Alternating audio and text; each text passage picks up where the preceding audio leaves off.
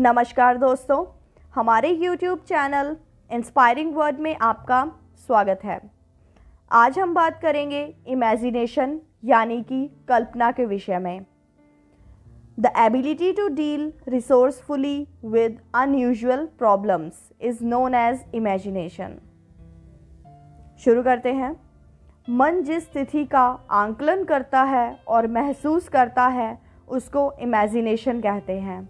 इसका यह प्रभाव होता है कि हम स्वयं ही मान लेते हैं कि ये हो सकता है।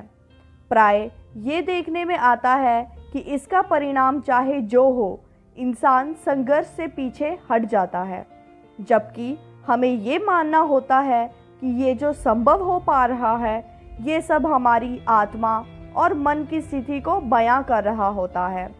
यदि हमारे मन में किसी के लिए द्वेष है या प्रेम है तो यह संभव है, आत्मा उसको महसूस करती है।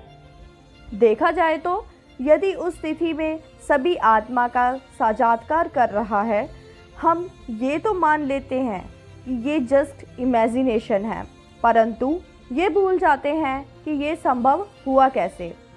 इसका सरल सा उत्तर है कि आप जिस स्थिति को महसूस कर रहे हैं, दूसरा भी उसे महसूस कर रहा है, क्योंकि उस मन ने तो उस स्थिति को देखा है।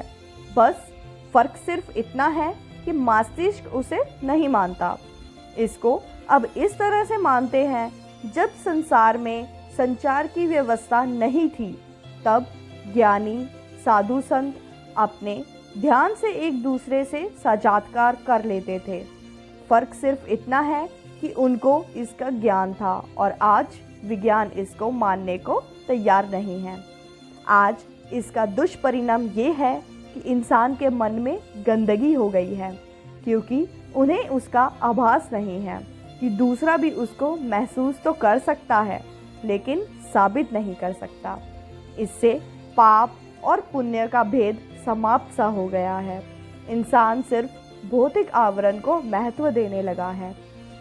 इसका दुष्परिणाम ये भी है कि आज विश्वास की कमी हो गई है।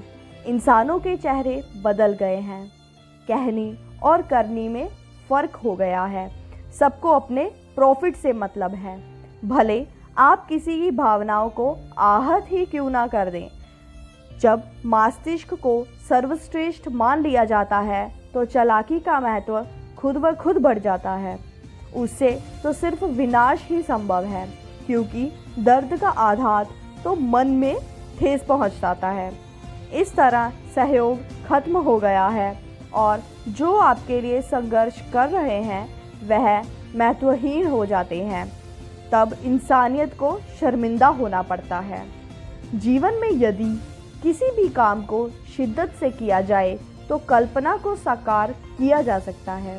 बस अपनी भावनाओं पर नियंत्रण और संपूर्ण अपने काम की ओर अग्रसर करती है। इसका महत्व समझें और प्रयत्न करें, क्योंकि कल्पना भी तो भावना है, मन की स्थिति, और उसमें सिर्फ प्रेम है जो कि किसी भी परिस्थिति में गलत नहीं होती। यदि उसमें हानि है या किसी को दर्द है तो उसका उपचार भी तो है। सिर्फ समझने का प्रयास भी महत्वपूर्ण है। इस संदर्भ में वास्तविक हानि या आंकलन भी करना होता है। कल्पना के संसार से यह समझा जा सकता है कि कल्पना के संसार की अपनी एक अलग ही भाषा होती है, जिसे कल्पना करने वाला ही समझ सकता है। लेखक और कलाकार कल्पनाओं के संसार में रहते हैं। धन्यवाद। आज के लिए इतना ही। उम्मीद करती हूँ आपको यह विषय बेहद अच्छा लगा होगा। Please like, share and comment below. Don't forget to subscribe our channel for more videos. Thank you so much.